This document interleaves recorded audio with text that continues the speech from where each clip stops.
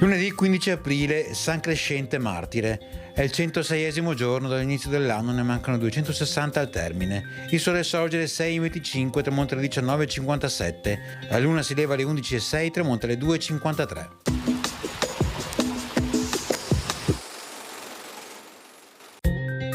A soli 49 anni, con 25 voti, viene eletto doge Francesco Foscari.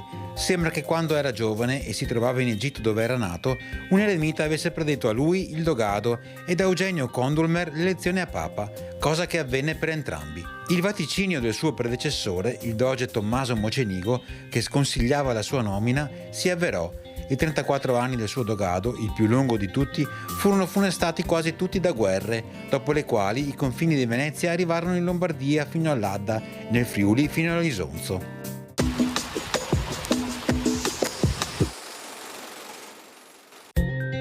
Le previsioni per domani: sulle zone montane condizioni di tempo instabile o perturbato con cielo molto nuvoloso, con probabilità in aumento di precipitazioni a partire da metà mattina e fase più instabile nel pomeriggio, quando saranno frequenti rovesci e temporali. Il limite della neve sarà in sensibile calo dai 2200-2300 metri iniziali fino ai 1100-1300 metri alla sera.